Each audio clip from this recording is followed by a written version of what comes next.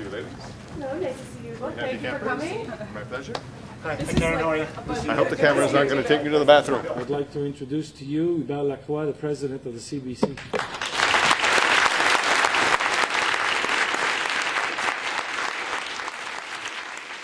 Three priorities. People, you're going to hear this. You've read this, maybe. People, programs, pushing forward. I keep repeating the same three things. But if we don't get by one, the number one thing, which is the people part, we're not going to do programs of quality, and we surely can't push forward. It goes back to engaging people. It goes back to talking to people. The first time we got to the 15 or to 30 people in the room, I said that this was not about collective bargaining agreements being discussed. This was about changing a relationship.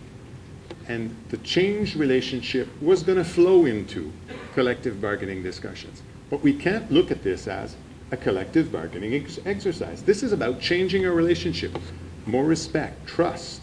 You have an issue, you can talk to a manager. The manager has an issue, he can talk to you. There's so much energy right now being invested in, or emotional energy being invested in things that are not positive. What has to change? Paradigms. We have to shift them around. And it's a tough situation. Why? We have to change our language. We have to change the way we think. And we have an issue. We have an issue because some of the same people who were part of the 2005 negotiations and lockout are still sitting in the same chairs. Now that's one hell of a challenge. We're asking people to start thinking differently. When I sat down with George Smith and his team, I said, listen to all the stuff, looked at grievances, looked at the money we invest, looked at the resources we invest, and said, all right, page blanche. If we can do this again, and if you had to redo this again, how would we do it? And George was really happy about rewriting our process and our approach. When we talked to Lise and to Philippe on the first time, that was what we talked about, changing the paradigms. We have a bad history. We start things, we don't finish them. We write things, and we don't follow through. We make promises we don't keep.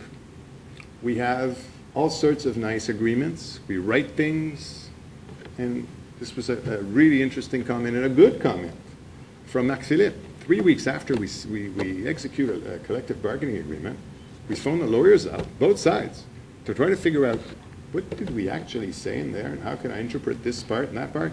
And I'm saying, wow, interesting way to communicate. But I can hear the cynics because I've been hearing the cynics. LaCroix, you're daydreaming. It's not going to change. We're going to start and it's going to fizzle out.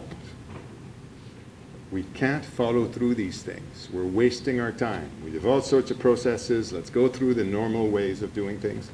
Well, I think things are already changing.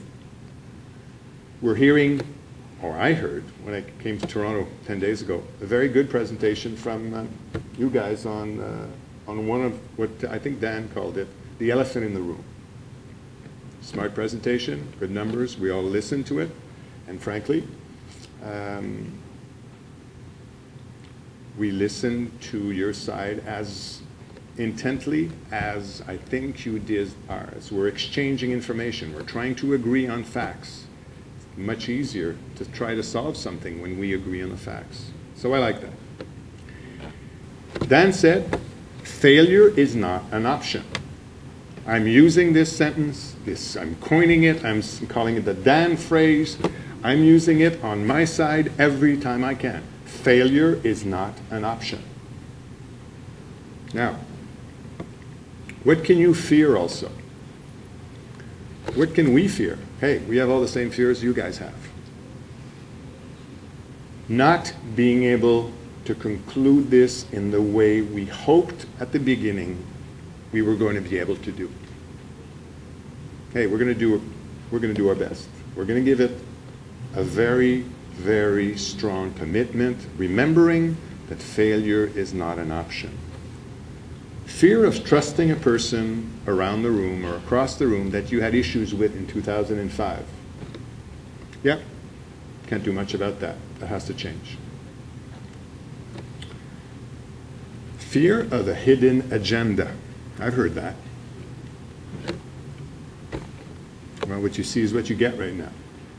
And I think that you're getting that from a management team right now. There's no such thing as a hidden agenda right now. We are trying to go at these issues one by one. I like what we started. So guys, I gotta go. I'm sorry. I'm going to start back. Thank you for coming.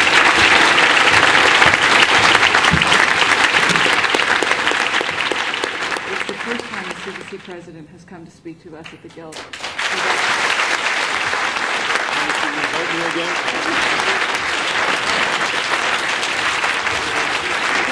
I'm impressed that he came. I think that's really great. I think that changes.